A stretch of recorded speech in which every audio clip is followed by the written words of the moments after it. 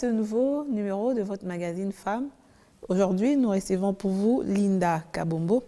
Elle a plusieurs casquettes. Elle est entrepreneur, CEO du magazine D'ici et d'ailleurs, directrice des publications en même temps. Elle est auteure et avec évidemment d'autres branches dans lesquelles elle évolue en tant que femme qui veut pouvoir impacter la société à son époque. Madame Linda, bienvenue.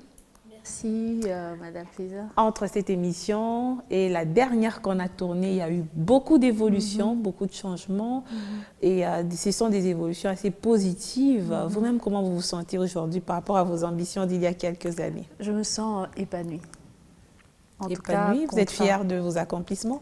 Oui, parce que la dernière fois, je pense qu'il y a 6 ans, on s'était vus. Et certains projets étaient encore en stand-by. C'était encore, et d'autres, c'était des idées. Et depuis lors, je suis passée des idées à la concrétisation. Les projets, non seulement ils sont nés, ils ont grandi. Et je ne peux qu'être contente. Et surtout, j'ai la joie d'être là. Vraiment, et parler au fait de l'évolution. Voilà. Tout à fait. Pendant qu'on vous avait reçu, il n'y avait pas encore ce projet du magazine. C'est parti d'où? C'est un constat? Vous avez trouvé qu'il y avait un besoin sur le terrain qu'il fallait combler? Qu'est-ce qui vous a en fait...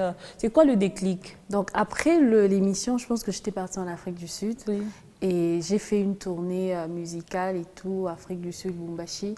Et c'est là que j'avais constaté au fait le problème. Le problème était qu'à l'extérieur, on a une image assez négative du Congolais.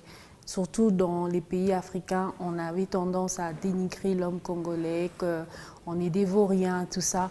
Et c'est un discours que j'avais entendu plusieurs fois en Afrique du Sud. Et voyant mes frères et sœurs congolais là-bas, la vie qu'ils menaient, les genres de boulot qu'ils avaient, je me disais, mais au pays, vous allez vraiment vous retrouver. Et j'ai été accompagnée par une équipe des jeunes.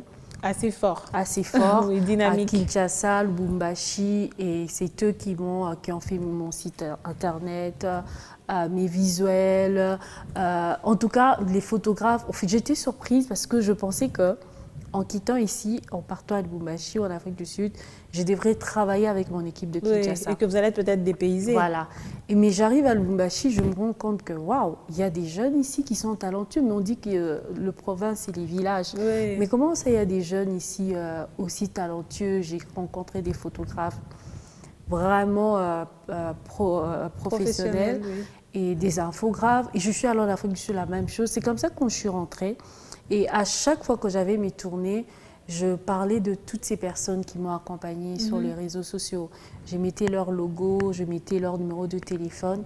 Et curieusement, ils me rappelaient pour me dire Linda, depuis, à l'époque on m'appelait ça Linda, depuis que tu as... Qu'est-ce qui s'est passé pour qu'on s'appelle plus Non, parce que j'étais dans la musique. Aujourd'hui, c'est vraiment entrepreneur. J'ai vraiment mis en avant cette casquette entrepreneuriale parce que beaucoup n'arrivaient pas à me situer. Tu es écrivain, tu es musicienne, finalement, tu es qui? Alors, je m'étais dit, mettre d'abord toutes ces choses en pause et sortir mon talent le plus prononcé. Donc, c'est comme ça aujourd'hui qu'on m'appelle la femme à multiples casquettes, serial entrepreneur, c'est vraiment ce que je suis. Et c'est comme ça que je me suis dit, mais apparemment, j'ai quelque chose. À chaque fois que je mets en avant des gens, ils m'appellent, ils me disent que depuis leur carrière a explosé, ils ont démarché, tout ça. Alors, quand je suis rentrée, j'ai dit non.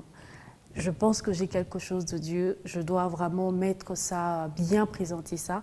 Et c'est comme ça que je m'étais décidée de faire un magazine et prendre tous ces jeunes que j'ai rencontrés sur mon parcours. Ici, ailleurs, en fait, c'était dans l'idée de pouvoir... Voilà, promouvoir d'abord les jeunes talents congolais. Donc, tout est parti de là.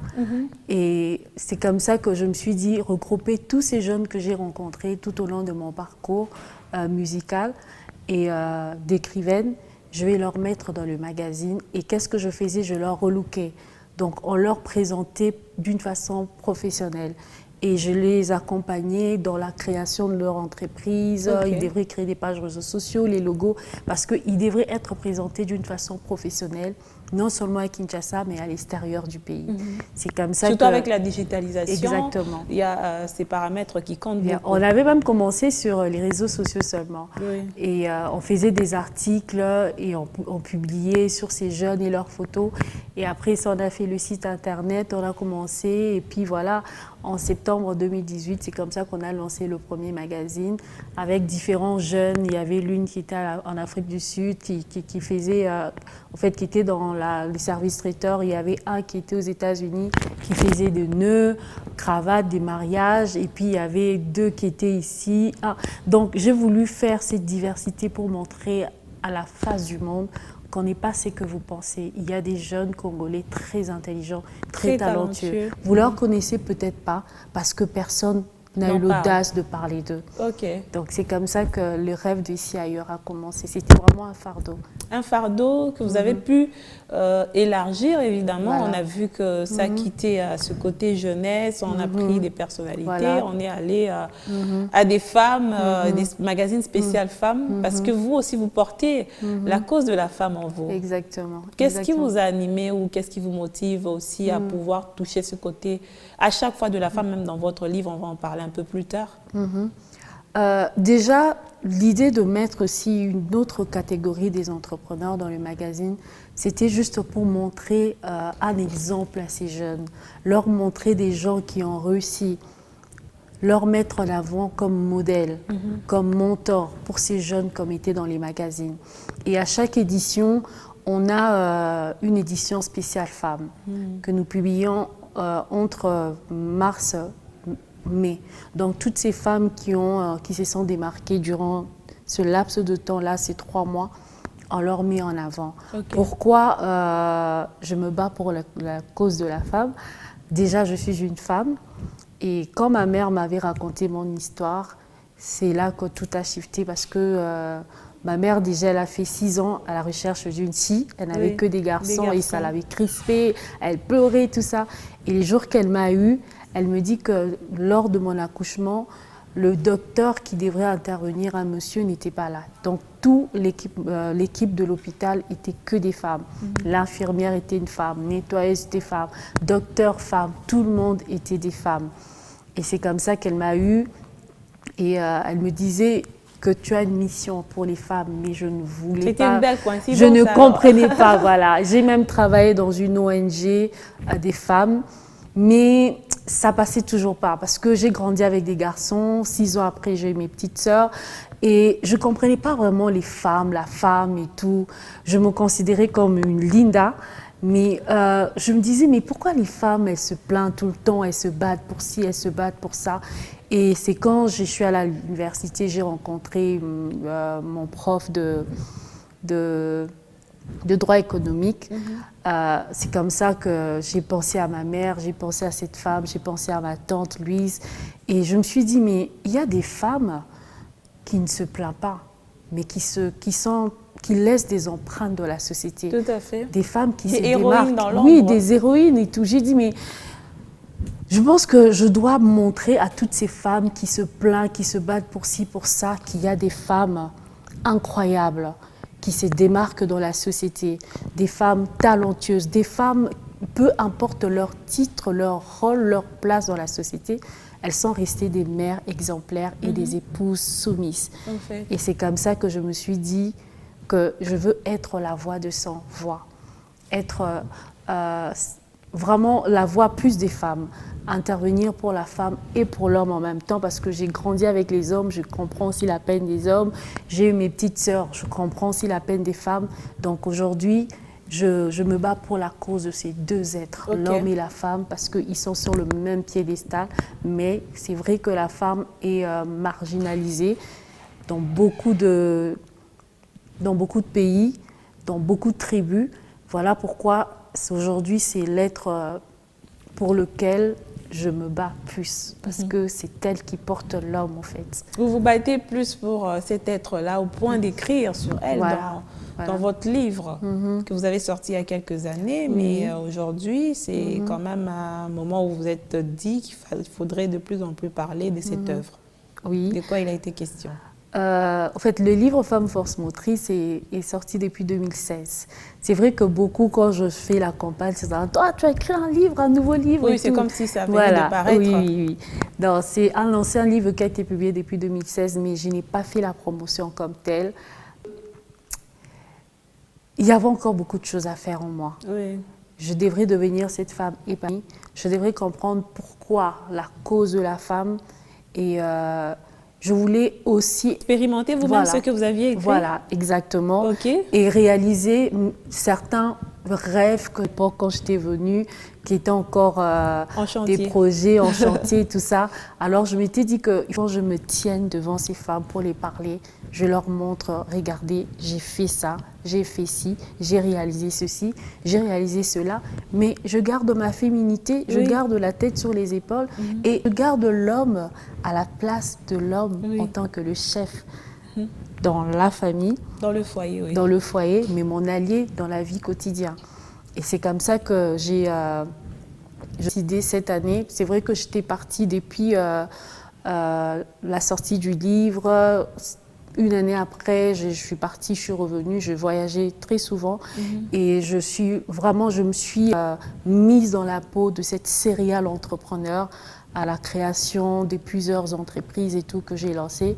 Et c'est comme ça que je suis revenue 2 ans après être partie. Je suis revenue et je me suis sentie tellement bien au Congo. Et on est mieux chez soi. Voilà, tellement bien.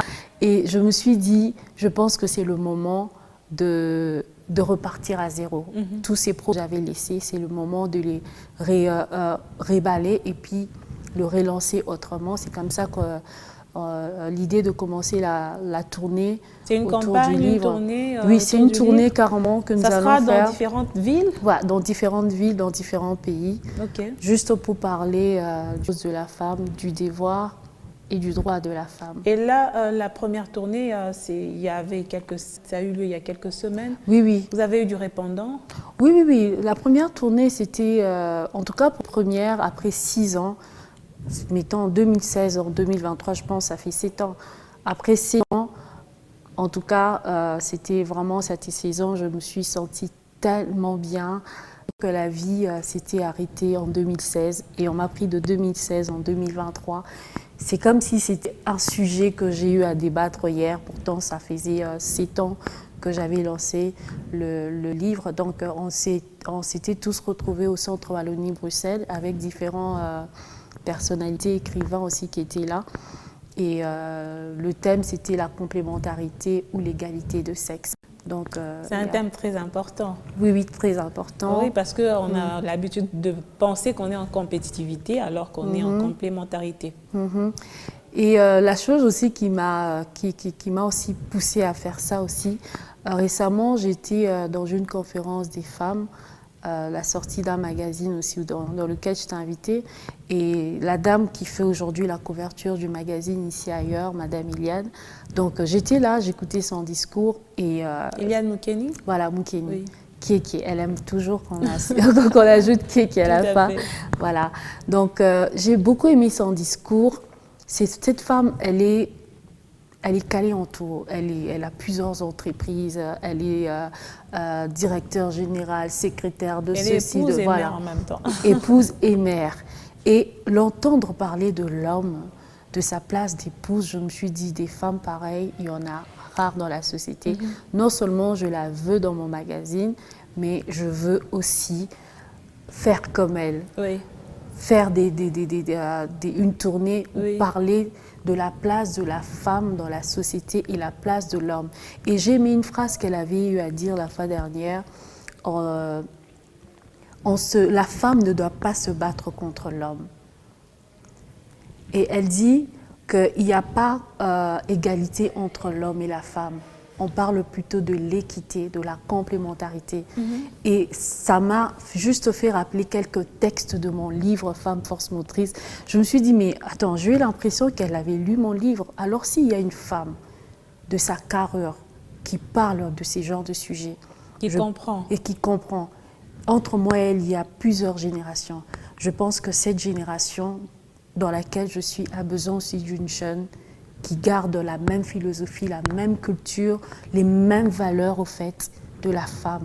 Parce qu'on a l'impression justement que lorsque une femme est en train d'évoluer, les femmes carriélistes comme on les appelle, les femmes qui ont une place de choix dans la société, il y a incompatibilité avec certains rôles qui nous sont évidemment naturels, le fait d'être épouse, le fait d'être mère. C'est un peu ça une tendance qui a pu être incarnée dans la tête de certaines personnes à une époque, alors que ce n'est pas ça. Il y a des femmes qui gardent leur équilibre malgré tout. Exactement. Et parce que quand je la suivais, je me disais que beaucoup diront qu'elle est de l'ancienne école. Qu'est-ce qu'elle raconte et tout. Est-ce qu'aujourd'hui la femme travaille, l'homme travaille, tout ça. Mais elle-même, elle est équilibrée. Femme, mariée, enfant. Et là, elle a plusieurs casquettes et tout. Et je me suis dit que je pense qu'il faudrait que cette génération nous puissions aussi lever nos voix et mettre en avant les mêmes valeurs que nos mamans à l'époque avaient. Et c'est très important. Et on a un peu plus beaucoup de défis. Exactement. L'un des points sur lesquels vous mettez aussi un peu plus d'attention, c'est le networking. À travers vos magazines, à travers les différentes publications, vous pouvez faire comme d'autres personnes, les magazines Paris sans problème, mais vous avez l'habitude justement de réunir personnes autour de vous, autour de ce magazine, comme prétexte pour pouvoir les mettre ensemble et créer un réseau. Est-ce que ça marche? Ça marche énormément, surtout dans le monde entrepreneurial, c'est très important. Parce qu'il y a de ces gens que tu auras du mal à voir dans la société, dans la vie courante et tout. Dans les genres d'événements, on invite différentes personnalités et ça permet juste aux gens de réseauter, de s'échanger des cartes. Par exemple, les personnes que nous mettons dans le magazine. Beaucoup aimeraient faire l'autre, mais où les voir? À part, hormis ce cadre dans lequel nous organisons, où nous invitons tous nos figurants et celle qui fait la couverture, afin de connaître personnellement ces personnes que nous avons mis en avant. Et ce sont des merveilleux moments que nous immortalisons à chaque fois le magazine. Et ça nous permet aussi de vendre aussi le magazine. Parce qu'il faut le dire, de nos jours, surtout au Congo, la vente du magazine papier, c'est devenu quand même assez lourd. C'est très compliqué. Avec l'avènement des réseaux sociaux, exactement. Les gens n'ont plus l'habitude. Déjà que lire était un problème. Exactement. Donc c'est vraiment le seul moment qui nous permet de vendre le magazine et de mettre en avant différentes personnes que nous avons mis, surtout les jeunes talents que nous mettons dans le magazine, on leur présente et ça leur permet aussi d'avoir des contrats, des opportunités. Et il y a des gens qui peuvent même, il y a plusieurs qui ont eu à financer sur ces jeunes. Je pense que l'une des éditions passées de l'année dernière, et les autres aussi, mais surtout de l'année dernière, la première dame qui était sur la couverture, elle a eu à demander que nous puissions les ramener et tout quelques jeunes que nous avons eu à mettre en avant dans les magazines. Donc on a eu à sélectionner 5 jeunes femmes qu'on lui a ramenées. Donc c'est vraiment des belles opportunités que nous offrons. Des moments d'échange, Voilà, des belles opportunités que nous offrons surtout à nos jeunes et à toutes les différentes personnalités que nous mettons dans le magazine afin de mieux se connaître et de réseauter. Surtout qu'on a l'habitude de dire qu'il y a un grand écart entre ces femmes leaders et celles-là qui doivent s'inspirer d'elles. Donc c'est quand même une approche à féliciter par rapport au magazine d'ici et d'ailleurs. Quelles sont les ambitions de Linda dans les jours à venir? Linda qui a beaucoup de casquettes et surtout beaucoup de projets. On s'attend à quoi? En tout cas, pour le moment, aujourd'hui, je suis un peu focus sur Ici Ailleurs. Donc, on a lancé Ici Ailleurs aux États-Unis en 2019, mais on avait arrêté avec la Covid. Donc là, on a repris Ici Ailleurs USA et on est en train de préparer Ici Ailleurs Europe qu'on va lancer en fin juillet. Avec une personnalité que vous allez certainement découvrir. Voilà. Et je suis focus aussi sur la tournée du livre. Et je pense que bientôt, ce sont la campagne et tout. Et nous avons, en fait, j'ai aussi une entreprise. Je pense que quand j'étais venue, j'ai parlé de Amani. J'étais venue, j'ai parlé de Amani Advance. À l'époque, À j'étais l'époque, passée, oui, voilà, ok. le coaching et tout ça. Donc à l'époque, c'était plus des idées. J'étais dans le coaching de branding coach, mais j'avais pas encore une structure que j'avais lancée. Donc depuis Et 2019, surtout qu'à l'époque, ce n'était pas bien aussi voilà, appréhendé par voilà, certaines personnes. c'est ça. Oui. Depuis 2009, on a officiellement lancé l'agence de coaching de personal branding. Alors cette année, comme c'est l'année électorale, on aimerait accompagner différents candidats Ok. pour leur campagne. Mais on est beaucoup plus orienté vers la diaspora. Comme j'étais là-bas, je comprends le besoin de la diaspora, les défis qu'ils rencontrent à chaque fois qu'ils reviennent au Congo pour Et vous avez investir, aussi pour une idée des implanter. réalités d'ici. Voilà, exactement. Parce que quand je suis revenue après 2 ans, c'était pas facile pour moi de m'intégrer. C'est là que je me suis mise dans la peau de cette diaspora, les soucis qu'ils rencontraient, les difficultés, les épreuves qu'ils rencontraient. C'est comme ça que je me suis beaucoup plus orientée dans Amani pour l'accompagnement de la diaspora dans leur implantation professionnelle ici au Congo. Donc on a ajouté une branche pour ceux qui aimeraient se lancer dans l'électorat, la députation surtout. Ils ont besoin d'une agence pour leur publicité, communication, branding. Donc on a aussi cette branche pour accompagnement Oui. et fait. Vous-même, ça vous tente la politique? Non. Je Vous suis avez quand même beaucoup apolitique. d'acquaintances avec les politiciens. Oui, mais non, ça ne me tente même pas. Ça vous tente pas? J'aime ma peau de serial entrepreneur. Je me sens tellement bien dans ça. Vous vous sentez bien dans Oui, ça, oui. c'est très important. C'est l'année électorale, vous l'avez dit. Hein. Il faudrait évidemment, sur le plan de cet accompagnement que vous allez offrir aux candidats, est-ce que vous avez une attention particulière sur les femmes par Oui, rapport oui, à cette oui. année? Oui, il y a déjà, en tout cas pour la diaspora, il faut le dire, jusque-là, on n'a que des hommes. Il n'y a pas de femmes qui sont Prononcée. prononcées jusque-là. À moins que je ne Malheureusement. sache. Voilà, à moins que je ne sache. Mais je connais plusieurs femmes d'ici qui Qui seront candidates. candidates, mais je vais faire une exception avec une dame que j'apprécie beaucoup. Bon, elle est née ici, elle a évolué aussi à l'étranger, mais pour le moment, elle est ici. Mais moi, je la considère un tout petit peu comme la diaspora. Je pense que si jusque-là, on n'a pas de femme qui se prononce, on peut la prendre dans l'équipe pour l'accompagner dans la campagne. Mais parfois, est-ce que cela ne contredit pas un peu nos discours où on a besoin que les femmes puissent davantage s'impliquer, mais sur le terrain, il y a encore beaucoup de doutes. Hein. Vous avez peut-être l'expérience, de la même manière que vous avez des femmes qui excellent, de la même manière, il y a un grand écart. Il faudrait que ça va partir de génération en génération. Parfois, on sent que c'est un peu très séparé. Les gens, celles-là qui sont très ambitieuses, c'est un certain nombre de femmes, et celles qui sont ambitieuses aussi, c'est quand même aussi une majorité des femmes. Comment, selon vous, puisque vous évoluez dans ce domaine, aider à impulser un peu les femmes à pouvoir davantage occuper ces postes de décision? Moi, je dirais que le Congo est en train de grandir. Le Congo est en train de se développer. Hier, il n'y avait presque pas de jeunes femmes en politique, ni dans le gouvernement. J'ai vu que dans le gouvernement, il y a quelques têtes très jeunes qui occupent des postes Premier ministre de l'enseignement et tout ça. Et la majorité, Guy Luando, Patrick Mouya, ils sont jeunes.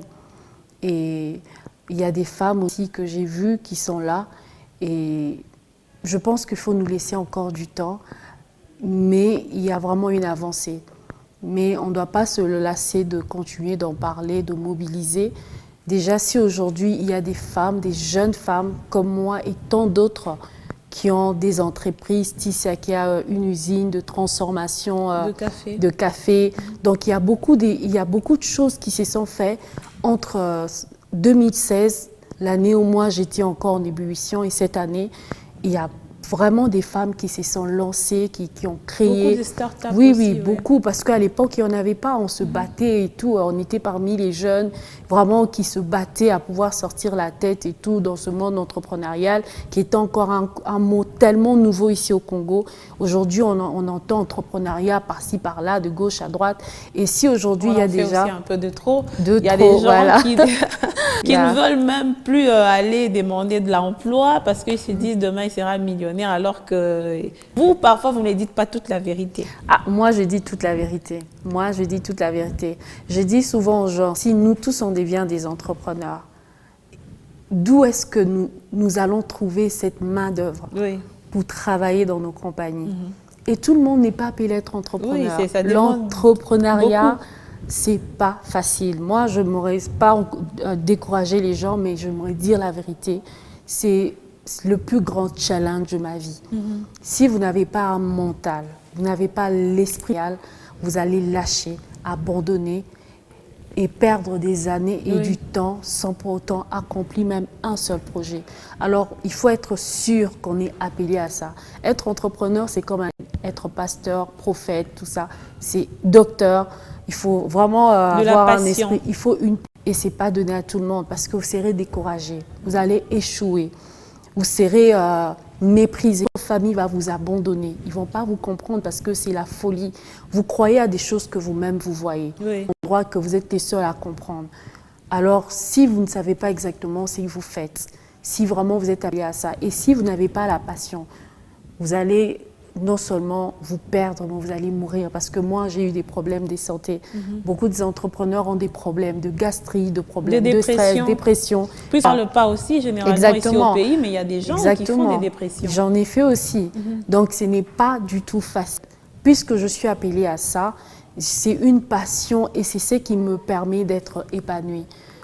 Vous devrez faire un travail qui vous épanouit. Beaucoup se retrouvent dans l'entrepreneuriat, ils ne sont pas épanouis, ils sont tout le temps crispés. Mais il y a ceux qui se retrouvent dans la vie séculière, ils sont totalement épanouis, comme ma sœur qui travaille à Canal+. Elle est tellement épanouie, elle se réveille le matin à 4 heures, elle s'apprête 5 à 6 heures, elle quitte la maison. Mais moi, j'ai essayé de faire ça 2 semaines aux États-Unis, j'étais malade. Parce que nous les entrepreneurs, on dort n'importe quand, parce que c'est la nuit qu'on réfléchit, qu'on écrit. Tu peux commencer ta journée à 10 heures. Et tu dors à 4 heures et tu te réveilles à 10 heures, 11 heures.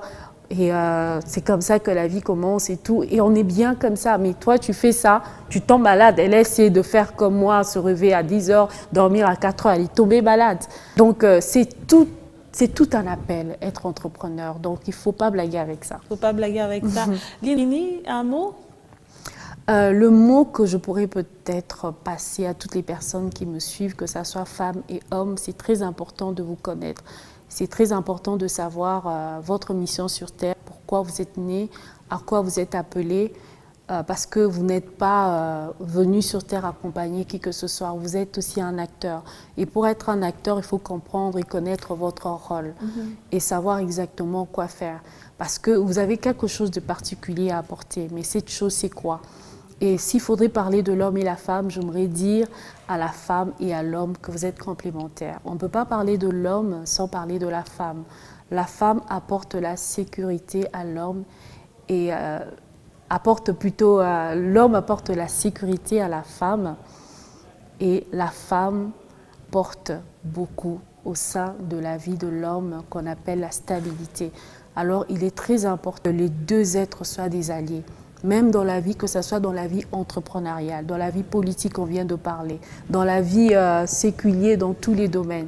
L'homme et la femme, ils ont besoin d'évoluer ensemble. Et c'est très important de le savoir et d'arrêter de se battre contre les hommes, les femmes. Ah oui, hein, le combat, moi, je ne l'adopte même pas. Exactement. Je ne l'aime pas beaucoup. On est en train, chacun, de pouvoir marquer l'histoire d'une manière ou d'une autre en gardant l'équilibre par rapport à soi-même et par rapport aux autres. Merci Linda d'avoir répondu à notre invitation. Merci. Et surtout, bon vent par rapport à tout ce que vous faites et qui laisse des empreintes dans la société. C'est ce qui est important et primordial. Madame, Messieurs, merci de nous avoir suivis et surtout, nous vous recommandons d'à chaque fois jeter un coup d'œil sur ces magazines d'ici et d'ailleurs pour pouvoir découvrir ces nombreux talents qui existent en République démocratique du Congo dans différents domaines. Ça peut aussi inspirer, c'est ça même l'objectif. À bientôt, Madame, Messieurs. Merci, Madame.